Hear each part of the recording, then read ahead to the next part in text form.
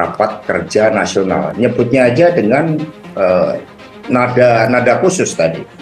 Sehingga apa yang disampaikan Mbak Puan itu bukan satu hal yang main-main, maka kemudian saya juga menindaklanjuti. Yang penting adalah kedua partai membangun pintu-pintu komunikasi. Jadi ruang dialog itu dibuka, dan saya sudah bertemu dengan Sekjen Partai Demokrat, Mas Teguh Rifki, sambil makan ayam berkah, sehingga pertemuan itu juga diharapkan membawa berkah. Tapi kalau itu dikatakan sebagai bujuk-membujuk, kemudian apalagi tadi dari Partai Nasdem mengatakan mau menjegal, nggak ada niatan menjegal. PD Perjuangan ini menyatukan, bukan memecah.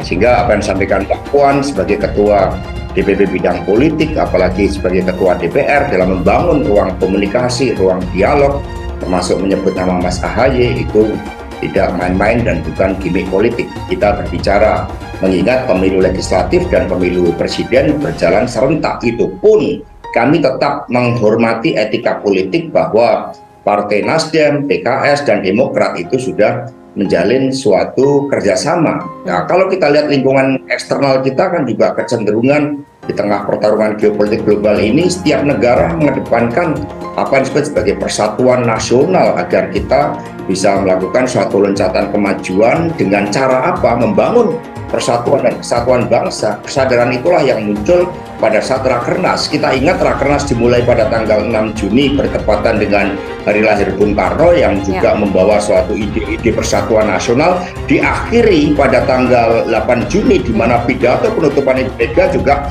mengambil spirit dari kepemimpinan almarhum Pak Taufik Kemas yang dikenal sangat mengedepankan dialog, membantu, menolong orang, dan kemudian juga mencari titik-titik temu dari berbagai perbedaan. Dan kemudian almarhum Pak Taufik Kemas menjadi ketua MPR juga pada masa pemerintahan Presiden SBY, sehingga tidak ada yang mustahil dalam politik, di dalam membangun niat baik untuk kepentingan bangsa dan negara. Untuk membangun loncatan kemajuan dengan memanfaatkan bonus demografi, tetapi ini kan yang penting kan komunikasi terlebih dahulu. Arah kerjasama nanti akan dilakukan setelah pertemuan yang kami rancang antara Mbak Puan dan Mas AHY. Pak Alek, paling tidak berbagai sekat-sekat yang semula menghambat, dengan posisi Mbak Puan selaku Ketua DPR ini sudah mencair dan dibuka suatu dialog-dialog yang menurut kami sangat penting dan kondusif bagi kepentingan masa depan.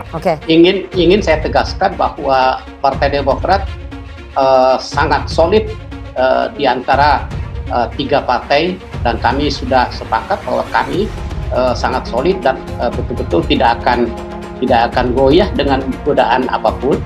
Namun saya mengatakan bahwa tawaran nominasi nama AHY di PDIP itu adalah satu penghargaan, dan tentunya kami ucapkan terima kasih. Dan perlu juga sekali lagi saya tegaskan bahwa apakah misi Partai Perjuangan juga akan berubah menjadi sama dengan misi yang kami inginkan, yaitu kita melakukan perubahan dan perbaikan. Nah, sepanjang dua tema itu tidak jelas, maka saya menganggap bahwa nominasi yang ada itu adalah hanya merupakan bagian daripada dinamika politik. Apalagi kalau AHY jadi cawapres, analisis saya potensinya sangat kecil sekali. Tingkat probabilitasnya sangat kecil, dan saya belum melihat ada faktor-faktor atau variabel-variabel yang mendorong kemungkinan dua partai ini akan bergabung dalam suatu koalisi di Pilpres menjelang 14 Februari. Apalagi dari nama-nama, bisa jadi memang ada potensi dari 10 nama yang disebutkan oleh Mbak Puan, ada Erlangga, ada Caimin, dan Mas AHY. Maka saya menganalisa Mas AHY memiliki potensi terkecilnya di antara semua nama yang disebutkan Mbak Puan. Mengapa? Satu, kita tahu secara historis dua partai ini sudah menjadi rahasia umum, punya kendala secara sejarah hampir 2 dekade ya, 20 tahun sejak 2003 ketika Pak SBY ingin nyapres di tahun 2003 menjadi menterinya Ibu Mega, dan dinamika itu saya kira menjadi salah satu kendala, normalisasinya belum terjadi, dan itu dipertegas oleh Sekjen PD Perjuangan Mas Hasto, yang sulit bagi PD Perjuangan untuk membangun koalisi dengan Demokrat karena alasan historis, dengan PKS karena alasan ideologis. Yang kedua, kita tahu dua partai ini mempunyai posisi politik, spektrum politiknya diametral, berjauhan. Satu mengusung narasi keberlanjutan bagian dari Pak Jokowi, pemerintah Pak Jokowi yang dipimpin oleh PD Perjuangan partainya. Kemudian Demokrat juga berada di luar pemerintahan hampir 10 tahun mengusung narasi perubahan. Ini juga agak sulit. Yang ketiga, dari basis konstituennya dua partai ini juga terbelah, berbeda jauh seperti air dan minyak. Jadi karena itu kesimpulan sementara saya, jika dua partai ini akan bergabung dalam koalisi putaran pertama, kalau berlangsung dalam 2 putaran, menurut saya kecil kemungkinannya untuk mengganti, tidak ada yang tidak mungkin dalam politik. Tapi kemungkinan kedua, kalau kita bicara ada prakondisi, ada potensi di mana Pilpres akan berlangsung 2 putaran karena akan diikuti oleh 3 partai berdasarkan tren survei misalnya, PD Perjuangan perlu prakondisi untuk membangun komunikasi kemungkinan di putaran kedua. Kemudian Mas Ganjar unggul di putaran kedua, maka perlu mengajak Demokrat untuk bersama memenangkan pertarungan di putaran kedua. Itu mungkin peluangnya agak membesar. Yang ketiga ini paling besar, yaitu kemungkinan sedang membangun komunikasi politik yang arahnya bagi politik kebangsaan, membangun harmonisasi politik, bersepakat untuk tidak bersepakat dalam Pilpres, itu sangat mungkin. Sehingga saya kira dua pertemuan ini sama-sama baiknya bagi PD Perjuangan maupun bagi Demokrat. Pantas aja Istana mepet terus Demokrat. Ternyata ada maksud tersembunyi. Dikutip dari Populis Jakarta, loyalis Anies Baswedan Andi Sindulingga membeberkan penyebab pihak Istana terus mendekati Partai Demokrat yang sebelumnya sangat enggan berkoalisi dengan partai pimpinan Agus Harimurti Yudhoyono (AHY) tersebut. Ia beralasan karena adanya peluang kemenangan bakal calon presiden baca pres Anies Baswedan di putaran kedua dan Ganjar Pranowo dipastikan lolos putaran pertama. Adapun hal tersebut dikatakan terkait analis pakar politik EF Saifullah Fatah yang menyebut pada putaran kedua bukan Ganjar yang menang melainkan kandidat lain. Kalau kemudian data itu dipakai dan pemilu diadakan pada bulan Maret kemarin. Ini sudah saya katakan di beberapa forum, termasuk di forum UGM pada 5 Juni yang lalu.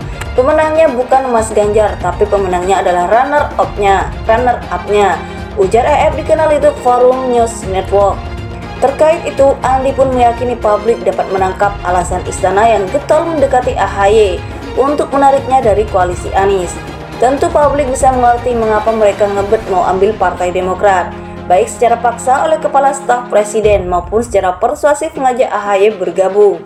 Cuitnya dalam akun Twitternya dilihat Rabu 14 Juni 2023. Padahal PDIP sebelumnya mengaku enggan bekerja sama dengan Partai Demokrat. Padahal sebelumnya terlihat anti dengan Demokrat yang katanya tak mungkin bisa bersama karena berbeda ideologi.